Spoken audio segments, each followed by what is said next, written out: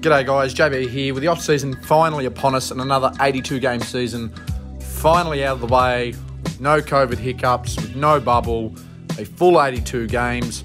I think it's time that I release formally my 50 greatest NBA players of all time. Some of you will agree, some of you will disagree, some will be surprised by some rankings, some won't be so surprised by some rankings, but I think you'll enjoy it. So sit back, relax, if you can in fact relax listening to lists and the sounds of my voice, and get ready for my 50 greatest NBA players of all time. At number 30, Willis Reed. Played 1964-65 to 1973-74. Two-time NBA champion, a two-time Finals MVP, a one-time League MVP, one-time All-NBA first-team selection, four-time All-NBA second-team selection, one-time All-Defensive first-team selection, seven-time All-Star selection, one-time All-Star MVP selection, Rookie of the Year, and All-Rookie first-team selection. Willis finished top 5 in MVP voting 3 times, was runner-up in the MVP voting once, and of course is a one-time MVP winner. In the regular season, he played 650 games, averaging 35.5 minutes per game. He averaged 18.7 points per game, 12.9 rebounds per game, 1.8 assists per game, 0.6 steals per game with limited availability, and 1.1 blocks per game with limited availability. There are no turnover statistics available during Willis's career, both in the regular season or the playoffs. He shot 47.6% from the field and shot 74.4% from the free throw line. In the playoffs, he played 78 games, averaging 33.9 minutes per game. He averaged 17.4 points per game, 10.3 rebounds per game, 1.9 assists per game, and again on limited data, averaged 0.2 steals per game and no blocks per game. He shot 47.4% from the field and 76.5% from the free throw line. There was no three-point line at any time during Willis Reed's career. In the NBA Finals, he played 11 games, averaging 34.2 minutes per game. He averaged 20 points per game, 9.9 rebounds per game, 2.7 assists per game. Again, no defensive data available during Willis Reed's NBA Finals career. He shot 48.7% from the field and shot 65.1% from the free throw line. Ranking Willis Reed as the greatest New York Knick of all time was a tough choice to make. But how could I not have the lone championship leader and most decorated individual resume in Knick history at the top? Despite just 10 seasons, the captain delivered New York its only 2 championship successes and cemented them into folklore as some of the best teams ever. Willis' star may not have burned for long, but it did burn just as bright at its peak as any player in league history. The word that comes to mind with Willis Reed is respect, something earned from both his teammates and combatants during a transition time in league history.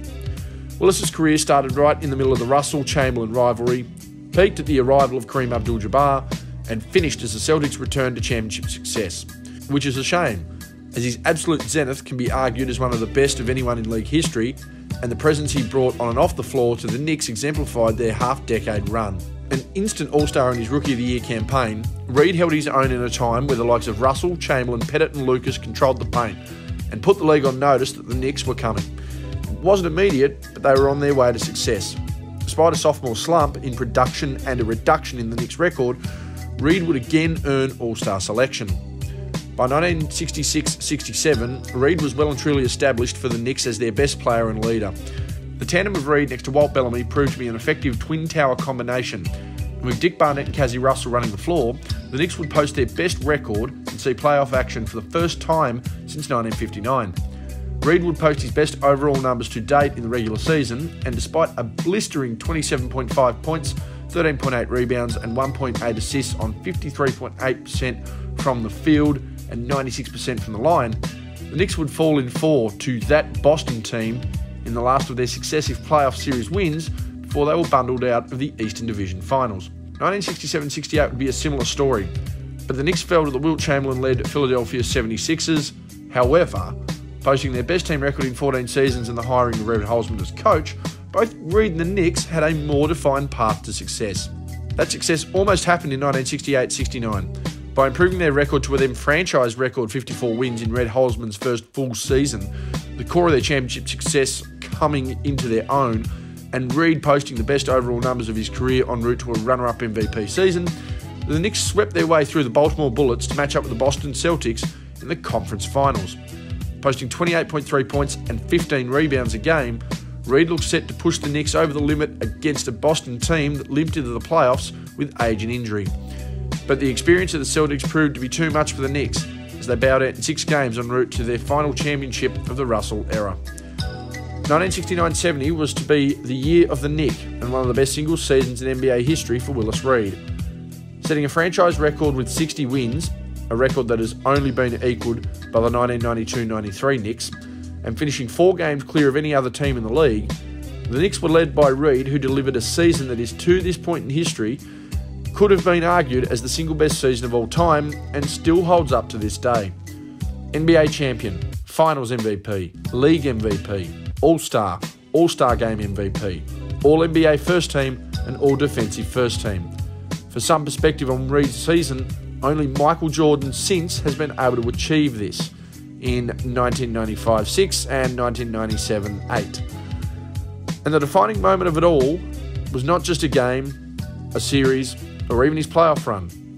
The defining moment of it all was the opening moments of Game 7 of the 1970 NBA Finals. With Wilt Chamberlain going for 45 points and 27 rebounds without Reed in Game 6, many saw doom and gloom on the horizon in Game 7.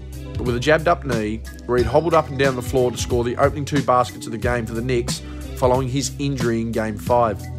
This lifted New York both on and off the floor to a new level and set them onto their first ever championship. Reed would produce his 7th and final All-Star season in 1970-71 and again set the Knicks on a path to success before falling one agonising game short of a return to the NBA Finals. In a 7-game battle against the Baltimore Bullets, Reed would show the true effect of his knee concerns, as his playoff production evidently dropped against Wes Unseld and would never return to its lofty prime heights. Playing just 11 games in 1971-72, Reed would miss the NBA Finals as the Knicks fell to the 69-win Lakers of Wilt Chamberlain and Jerry West. However, despite suffering knee complaints throughout the following season, Reed and the Knicks would return to the NBA Finals in 1973 to dethrone the Lakers. A Finals MVP once again, Reed proved to be the thorn in the side of Chamberlain, who across his whole career won just 2 playoff series against both Reed and Bill Russell. Willis managed just 19 games in 1973-74 and despite his best efforts would call time in his career at the end of the 1974-75 season due to injury. Willis Reed is a member of the Basketball Hall of Fame, was selected to both the NBA's 50th and 75th anniversary teams, and his number 19 is retired by New York. At number 29, Elgin Baylor. Played 1958-59 to 1971-72. Elgin was a 10-time All-NBA First-Team selection, 11-time All-Star selection, a 1-time All-Star MVP, and 1 Rookie of the Year. Elgin finished top 10 in MVP voting 8 times, top 5 in MVP voting 7 times, top 3 in MVP voting 4 times, and was a 1-time runner-up MVP vote getter. Now, before I go on with Elgin's statistics, it must be noted that there are no statistics defensively for Elgin, there are no statistics on turnovers for Elgin, and of course there was no 3-point line during Elgin's career. In the regular season, he played 846 games, averaging 40 minutes per game. He averaged 27.4 points per game, 13.5 rebounds per game, and 4.3 assists per game. He shot 43.1% from the field and 78% from the free throw line. In the playoffs, he played 134 games, averaging 41.4 minutes per game. He averaged 27 points per game, 12.9 rebounds per game, and 4 assists per game. He shot 43.9% from the field and 76.9% from the line. In the NBA Finals, he played 44 games, averaging 42 minutes per game. He averaged 26.4 points per game, 13.5 rebounds per game, and 3.9 assists per game. He shot 42.7% from the field and 75.5% from the free throw line. When playing for a storied franchise, the expectations that come with it often overwhelm the individual and see them fall short of expectation. This may be no more evident than with the Los Angeles Lakers. Dating back to their time in Minneapolis, the best of the NBA has donned a Lakers jersey and set a standard of championship success. but this standard as we know it almost came to a halt before it even reached Tinseltown. With several old NBA franchises folding as quick as they started, the Minneapolis Lakers lived off the fumes of the Mikan era for a short period before they too seemed destined to fall by the wayside. That was until Elgin Baylor joined the team. There have been greater Laker players, as you'll see in this list, but no player was more important than Elgin Baylor. Drafted number 1 in 1958, Lakers owner at the time Bob Short said of Baylor, quote, "If he had turned me down then, I would have been out of business. The club would have gone bankrupt." Has any player in league history been so crucial to a team's survival? From my understanding, no. And what a rookie season it was for Baylor. While players such as Wilt Chamberlain and Wes Unseld are the only rookies in league history to garner an MVP award, Baylor sits alongside Kareem Abdul-Jabbar for the highest MVP finish by a rookie to not win the award, finishing third. And who could argue? With MVP standing for Most Valuable Player, and the circumstances surrounding Baylor and the Lakers, it could be argued he deserved the award more than anyone else, as the Lakers went from 19 wins to the NBA Finals. This would not only be the first of 8 straight championships for the Celtics, but the first of 6 NBA Finals losses to the Celtics for Baylor, and 7 NBA Finals losses overall. Baylor's lack of team success during his career was not always his fault. This is evident in the major games, series and seasons that Baylor would have throughout the early stages of his career. 1960-61 saw Baylor average 34.8 points, 19.8 rebounds and 5.1 assists per game, highlighted by his 71-point outing on November 11th, 1960, a then regular season single game scoring record.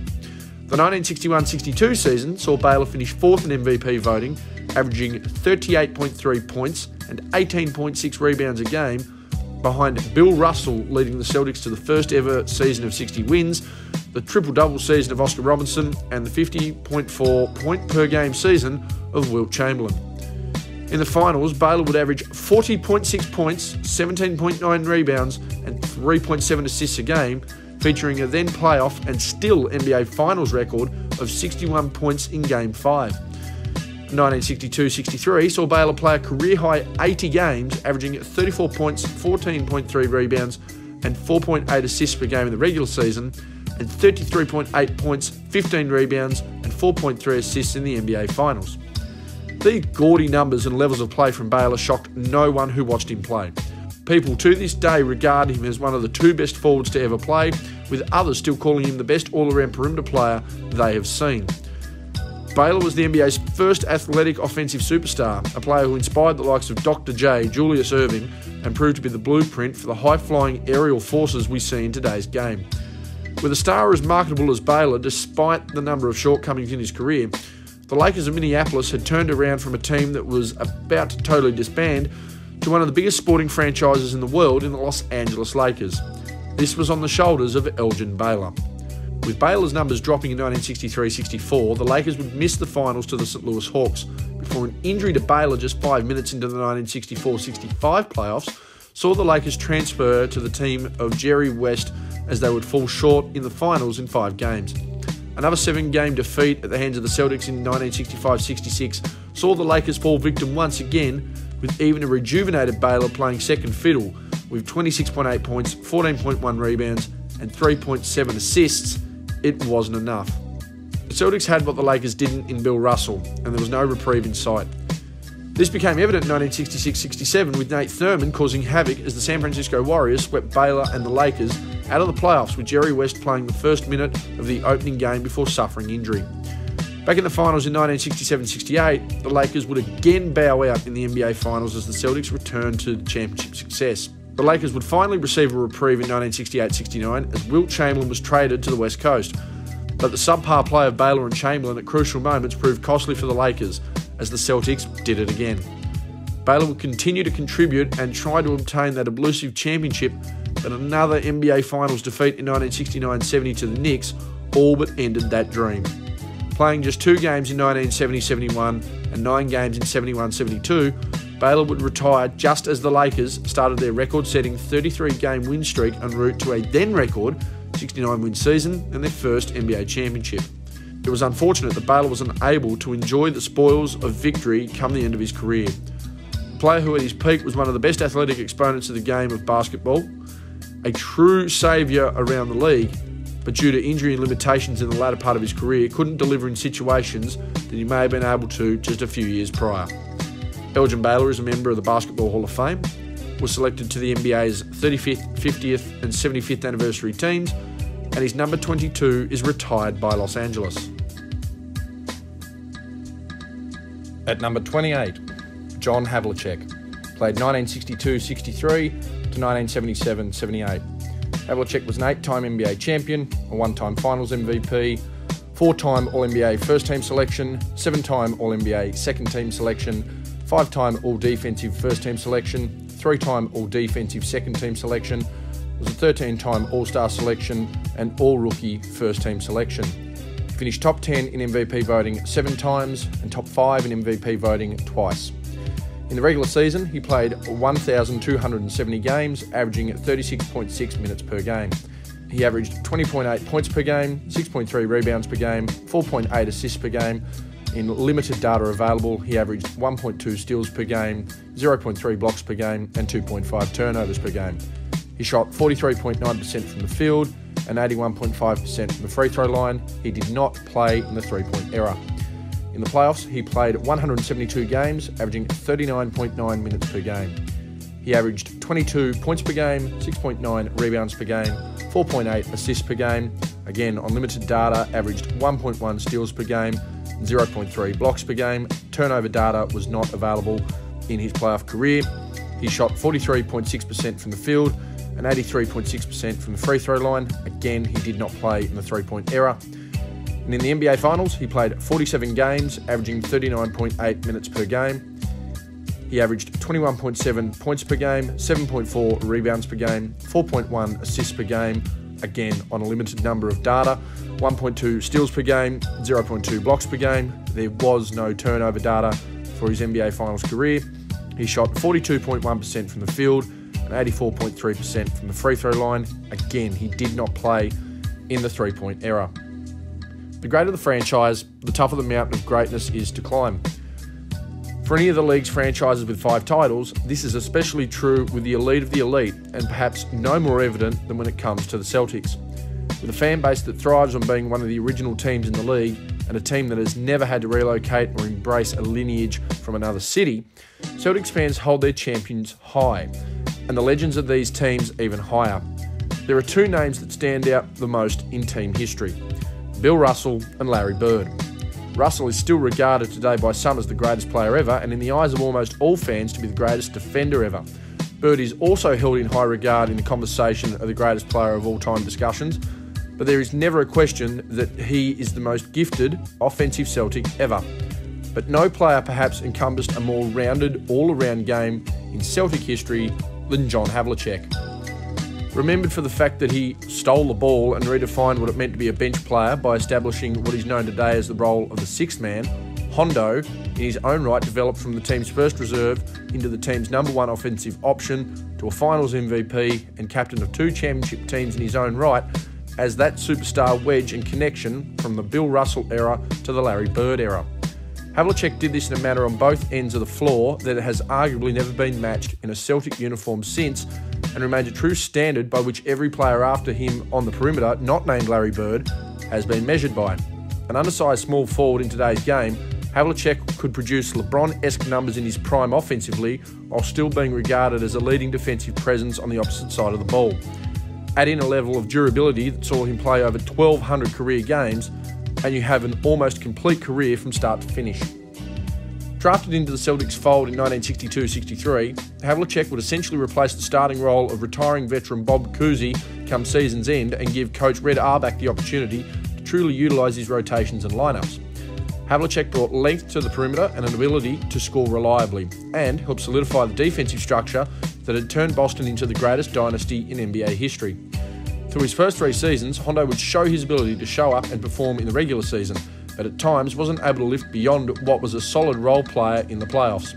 Despite this, Boston continued to garner championship success. However, come Game 7 of the 1965 Eastern Division Finals against Philadelphia, with only seconds remaining, the legend of John Havlicek was born.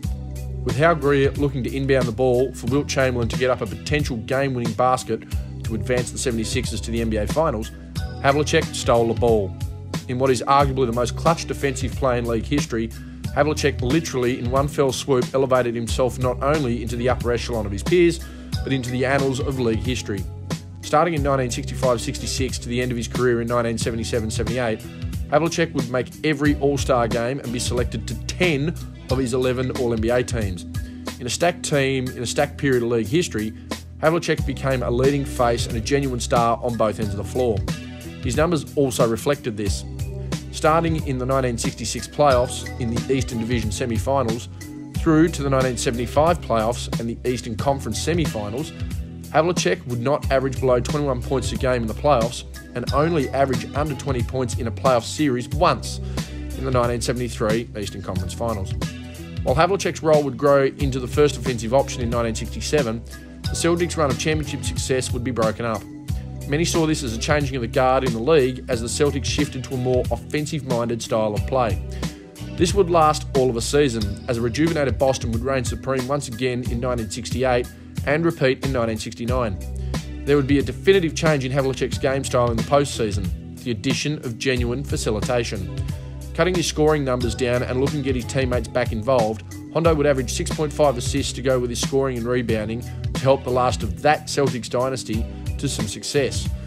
Some contend that the 1968 NBA Finals MVP would have been awarded to Havlicek had the award existed, and it is hard to argue as he compiled the best playoff run of his career. While the retirement of Bill Russell saw Havlicek assume leadership of the team, Hondo had cemented himself as arguably the Celtics' best player in 1968-69 as he made the first of 8 straight all-defensive teams. Russell's retirement saw the Celtics miss the playoffs in both 1970 and 71, but with the drafting of future Finals MVP JoJo White and future League MVP Dave Cowens, the Celtics had the best rebuild through the draft in league history.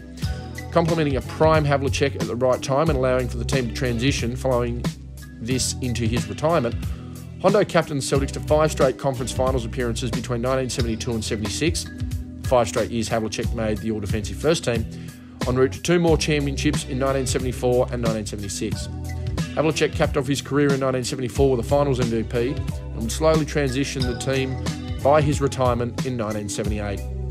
John Havlicek is a member of the Basketball Hall of Fame, was selected to the NBA's 35th, 50th and 75th anniversary teams, and his number 17 is retired by Boston. At number 27, Dwayne Wade, played 2003-04 to 2018-19.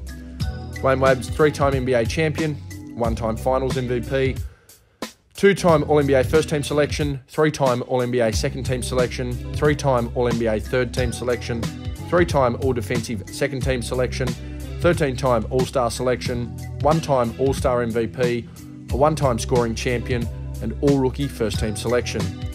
Dwayne Wade finished top 10 in MVP voting 7 times, top 5 in MVP voting twice, and top 3 in MVP voting once.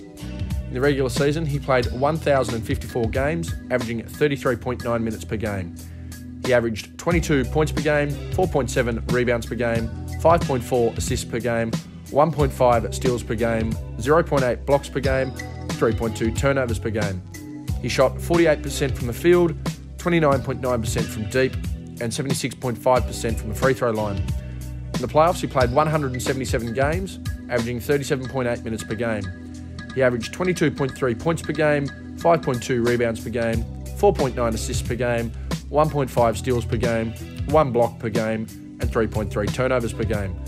He shot 47.4% from the field, 33.8% from deep, and 78% from the free throw line. In the NBA Finals, he played 29 games, averaging 38.8 minutes per game. He averaged 23.9 points per game, 5.7 rebounds per game, 4.3 assists per game, 1.8 steals per game, 1 block per game, and 2.6 turnovers per game. He shot 47.6% from the field, 31.1% from deep, and 74.8% from the free throw line. The 3 biggest modern NBA drafts are 1984, 1996, and 2003. These drafts produced 9 players on this list.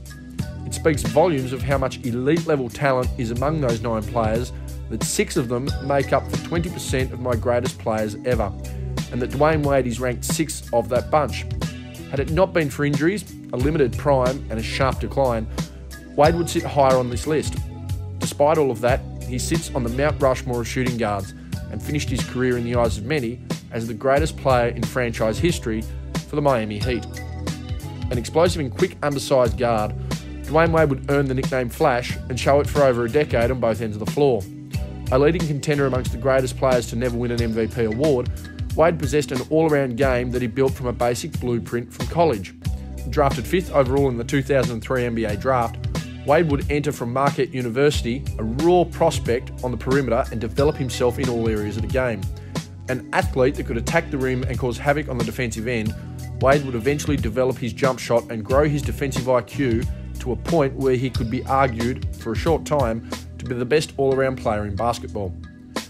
The Heat immediately moved all in on Wade as a player, and a change in the franchise's fortunes happened instantly, as Wade elevated the Heat from 25 wins to 42 wins and a playoff berth in his rookie season. Elevating his game in the postseason and taking the Heat to the second round, Wade had arrived as a serious player in the league. Leading the team in the postseason in scoring and assists, the Heat would make a giant postseason move to land Shaquille O'Neal from the Lakers, teaming up the best centre in the game with one of its fastest rising stars. This led to more success as Wade's numbers saw him as one of the most improved players in the league, garnering the first of his 12 straight All-Star selections as well as All-NBA and All-Defensive selections. Miami would improve to 59 wins, and with Shaquille O'Neal posting an MVP caliber regular season, the Heat looked set for an early NBA Finals appearance. However, a tough Game 7 loss to the defending champion Detroit Pistons saw their hopes dashed. However, another improved season in 2005-06 saw the Heat jump over the hurdle of the Pistons in the conference finals to match up with the Dallas Mavericks and Dirk Nowitzki for the NBA championship. By now, Wade was clearly the best player for the Heat and would demonstrate this more than ever as he led the Heat back from an 0-2 deficit to win both his and Miami's first ever NBA championship. While there is still some controversy surrounding the circumstances in which the Heat won, Wade's finals MVP numbers of 34.7 points, 7.8 rebounds, 3.8 assists, 2.7 steals, and 1 block per game ranks right up there amongst the greatest NBA Finals series of all time. Despite the All-Star selections over the next 2 seasons, the Heat would go from title contender back to the bottom of the Eastern Conference. With an injured Wade managing 51 games in 2006-07 and 2007-08, Wade would begin a 12-month run as arguably the most well-rounded player in the game, starting at the 2008 Olympics in Beijing. Wade would help guide the Redeem team back to the top of the basketball world with an Olympic gold medal, before undertaking arguably the best all-around year for a shooting guard in league history that wasn't completed by Michael Jordan. Leading the league in scoring at 30.2 points per game, recording 173 steals and 106 blocks, Wade would be the only player other than Jordan to average 30 points and record at least 170 steals and 100 blocks in a season. Wade garnered all-defensive second-team honours and finished third in MVP voting to LeBron James and Kobe Bryant, but when you consider the effort on both ends of the floor and the fact the Heat had a 28-game turnaround from 15 wins to 43 wins, there is a case to be mounted for Wade as the MVP that season. With the Heat exiting the playoffs in 2010, the biggest free agency period in league history saw fellow 2003 draft class members LeBron James and Chris Bosh sign with the Miami Heat for 4 years to attempt to overthrow the Boston Celtics' big three of Kevin Garnett, Paul Pierce and Ray Allen, while creating a dynasty of their own and cementing their own legacies.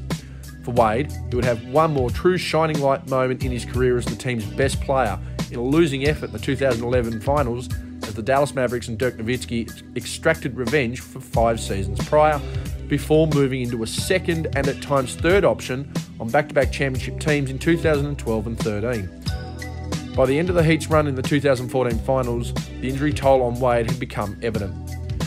The Heat would miss the playoffs due to key injuries to Wade and Bosh, but return in the 2016 with a deep second-round run that saw them eliminated by the Toronto Raptors in 7 games. Come the off-season, Wade would be traded after relationships soured in Miami to Chicago for a season, before being traded to Cleveland to play alongside LeBron James once again for half a season. After a break from one another, Wade would return to the Heat in the back end of 2018, before finishing his career with Miami at the end of the 2018-19 season. Dwayne Wade was selected to the NBA's 75th anniversary team. His number 3 is retired by Miami, and he will be a first ballot member of the Basketball Hall of Fame when he is eligible. At number 26, Julius Erving. Played 1976-77 to 1986-87. Erving was a one-time NBA champion, a one-time MVP, a five-time All-NBA first-team selection, two-time All-NBA second-team selection, an 11-time All-Star, and a two-time All-Star Game MVP. Dr. J finished top 10 in MVP voting 7 times, top 5 in MVP voting 5 times, top 3 in MVP voting 3 times, was a one-time runner-up MVP, and of course a one-time MVP winner. In the regular season, he played 836 games, averaging 34.3 minutes per game. He averaged 22 points per game, 6.7 rebounds per game, 3.9 assists per game, 1.8 steals per game, or 1.5 blocks per game on 3.1 turnovers. He shot 50.7% from the field, 26.1% from deep, and 77.7% from the free throw line. In the playoffs, he played 141 games, averaging 37.5 minutes per game. He averaged 21.9 points per game, 7 rebounds per game, 4.2 assists per game, 1.7 steals per game, 1.7 blocks per game, and 3.2 turnovers per game. He shot 48.6% from the field, 19.4% from deep, and 77.9% from the free throw line. In the NBA Finals, he played 22 games, averaging 39.8 minutes per game. He averaged 25.5 points per game, 7.5 rebounds per game, 4.5 assists per game, 2 steals per game, 1.8 blocks per game, and 2.8 turnovers per game. He shot 52.3% from the field, 14.3% from deep, and 76.6% from the free throw line. He was the ABA. He revitalised the NBA. His name is synonymous with basketball and class. Ladies and gentlemen, Dr. J. There is no better line for what Julius Erving means to the history of pro basketball than that of which was delivered to the crowd at one of his final career games. While this is an NBA players list and the achievements and statistics counted are from the NBA, you cannot deny the major impact that Dr. J had on basketball and how important he was to the league's transition through the ABA-NBA merger and the crisis it averted that nearly saw the end of the sport in the late 1970s. Combining substance, style and class all into one, basketball had a perfect leader on and off the floor to deliver the game into a new era, one that would see the sport reach heights that it would never see again. No player epitomised or symbolised basketball in the 1970s more than Julius Erving. Aesthetically, the afro, the short shorts, the long socks and the high top leather Converse are exactly what you picture players of the day to look like. On the court, he was as athletically gifted as any forward before or after him, with an ability to hang and glide in the air to score, grab a rebound or block shots in transition by utilising his leap, his length and his huge hands. No one was ever safe from Erving putting the hammer down on them, whether it be the opening minutes of a meaningless regular season game or in crunch time in the NBA Finals.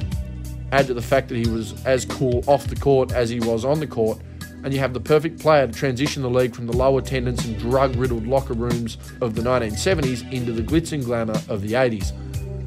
In turn, handing the league over to the likes of Magic Johnson, Larry Bird and Michael Jordan to uphold and maintain the customs of how the game was intended to play. While Julius Erving grew into the player he became so well known for in the ABA, it was in the NBA that he cemented his legacy. No matter which association you followed, there was no doubt the biggest star in basketball was Dr. J, and he arrived with such fanfare to the Philadelphia 76ers in 1976-77. Like many of his ABA counterparts, it would take a small period of adjustment for his numbers to match the lofty heights they had in years past, but his impact would be instant and profound. Turning the 76ers around from a first-round exit to the NBA Finals, Erving would bring the Heat in a defeat at the hands of the Portland Trail Blazers, averaging 30.3 points, 6.8 rebounds, 5 assists, 2.7 steals and 1.2 blocks on 54.3% shooting from the field and 85.7% shooting from the line a game. Unfortunately for Dr. J in Philadelphia, they simply didn't have an answer for Bill Walton, who was at his absolute prime with one of the best single-season teams in league history. This would certainly not be the first loss in the NBA Finals for Erving, who would help take Philadelphia to the verge of immortality as a team leader again in 1980 and 1982, both times going down to Kareem Abdul-Jabbar and Magic Johnson in the early versions of the Showtime Lakers. In the middle of all of that, an NBA MVP season that saw the 76ers fall just one game short of the NBA Finals, thanks to runner-up MVP and arch-nemesis Larry Bird and the Boston Celtics in 1981. Irving was held to his worst playoff performance for a series as a first option, and one must wonder if he performed to his MVP level as he had all season, if that 1-point loss in Game 7 would have gone the other way. It was clear that Irving could lead a team to the edge of championship success, but with too much tall timber and support around the league, it was clear that Philadelphia needed a major player at the centre position. Enter Moses Malone. With Malone joining the team from Houston following an MVP season in 1981-82, the 76ers had gathered all the pieces they needed to make a successful tilt at a title. With Irving now no longer at the centre of the defence's attention and sliding seamlessly into the role of second option, Malone would take the reins with a dominant MVP season and, along with Dr. J as his second option, deliver one of the greatest overall single seasons in league history. Philadelphia went 65-17 in the regular season and a staggering 12-1 in the postseason, en route to championship success, and in the eyes of many remain one of the best teams of all time and likely the second best team in the 1980s behind the 1985-86 Boston Celtics. Irving would continue to be an all-star level player for the remainder of his career, despite his role and numbers slowly declining. One final deep run in 1985 saw the team begin a transition period following their Eastern Conference Finals loss to the Boston Celtics, as number 5 pick Charles Barkley began his ascension to the number 1 option on the team and perennial league MVP contender. While many would have tried to hold on to the glory days and continue to stuff the stat sheet, Irving assumed the elder statesman position to the team to teach Barkley how to be a pro and how to be a leader. Dr. J would see the playoffs again for the final time in 1986 and 1987, before his career came to an end at the end of the first round of 1987 in a 5-game loss to the Milwaukee Bucks. Julius Irving is a member of the Basketball Hall of Fame, was selected to both the NBA's 35th, 50th and 75th anniversary teams, and his number 32 is retired by Brooklyn, and his number 6 is retired by Philadelphia.